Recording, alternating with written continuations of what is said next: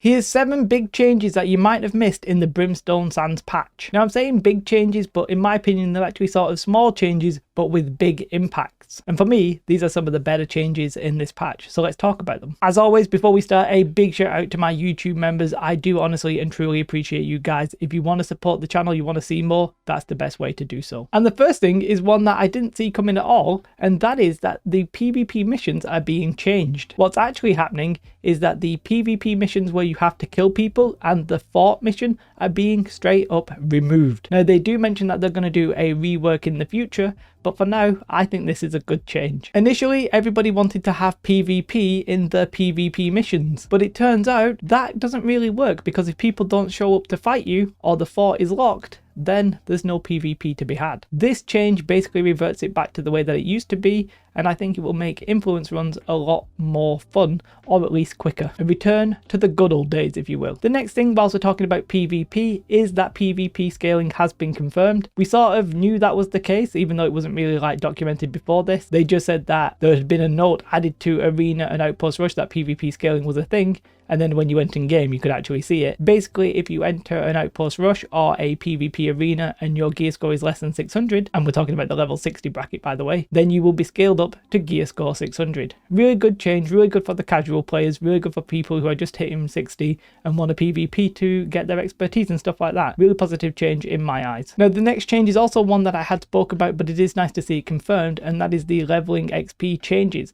Now there's actually quite a few things here that I actually didn't realise. Yes, the total leveling XP has been reduced by quite a significant amount, and yes, the town boards have had their XP reduced by a little bit, but what's interesting is that gathering and harvesting and all that kind of good stuff has actually had its XP increased, and so has the faction missions, for example. So some really interesting stuff there, really nice tweaks to the XP. I think that's a positive change across the board. And the next thing is a change to mutations. The gold and silver ranks are having their score readjusted to 50,000 and 25,000 respectively, but they are also changing the way that you get some of the score. For example, some of the mini bosses that weren't counted are now counted in giving you extra score, for example. Also, actually collecting the gatherables in the mutation now add to your score, so you're not punished for doing so basically. Interestingly, all of the chests have been moved to the end of the expedition, so you're not getting slowed down by opening those. That should speed you along a little bit. There'll be no debate whether or not you should stop and take them. They're just not there, so that's good. The next thing to talk about is taxes. Now I've been moaning about taxes I think since the dawn of the game,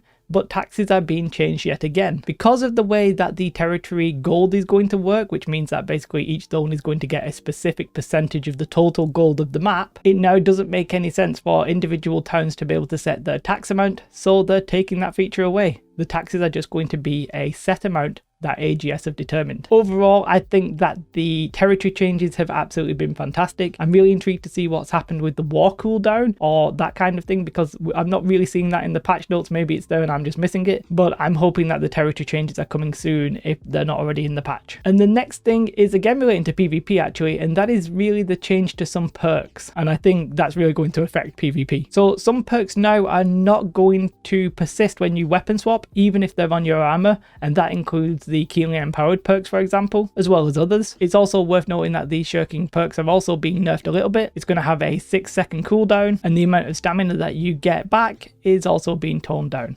Basically, just in general, there's going to be some massive meta changes, and I am not the kind of person to be able to predict what's going to be good and what's going to be bad. That's just not my forte. You know, check out some PvPers and I'm sure you'll get the answer you need if you're that kind of player. But something that does catch my eye, which we sort of knew about but let's talk about it here, is the changes to light, heavy and medium, or light, medium and heavy. And basically they're all getting buffed a little bit, but heavy is getting buffed more. So when you are hit by an attack, there is a speed at which you can start running again. That speed was 1.75 seconds. Now for the light equipment load, that's going to 1.5 seconds. For medium, that's going to 1 second. And for heavies, it's actually going to 0.5 seconds, so half a second. So they're all buffed a little bit, but you can see how heavies are going to be not as affected by that at all. Basically means that when you get hit, you can still actually keep attacking, which means you're going to be able to sort of stay on your target a little bit easier than you used to be able to. Now, there is actually another nerf to light and medium armor, and that is that your dodge translation is reduced by 20% while the delay is active. So whilst you actually have been hit, it means that your speed in which you go into the dodge, I think, is reduced. I think that's what it means. It might mean that the actual distance of the dodge is reduced. I'm not 100% sure. I'll have to sort of check that one out in game, okay? Either way, that's AGS's attempt to sort of balance the light, medium and heavy. Let's see if it does what they're trying to do. And the next thing is not that important for a lot of players at this point, but I think we'll notice it over time, especially on Fresh, that stagger has been removed from a lot of NPC attacks, because that can be super annoying. You know, if you're just like leveling alone or whatever, and you're just getting attacked and you're getting knocked back all the time, it just felt frustrating without any sort of like positive elements to it. So for a lot of NPCs, they're reducing and removing stagger, which I think is probably a good change. However, a bit of me would like to see stagger return as a whole concept and maybe slow down the combat, but let's not talk about that here. So those are my 7 things, which are probably more like 7 or 8 or whatever, but they're my 7 things that I think that you may have missed in this patch, because they're not maybe like headliners, but I do think they're actually quite important. I love the change to the PvP missions, for example. It seemed like a good idea to add PvP to PvP missions,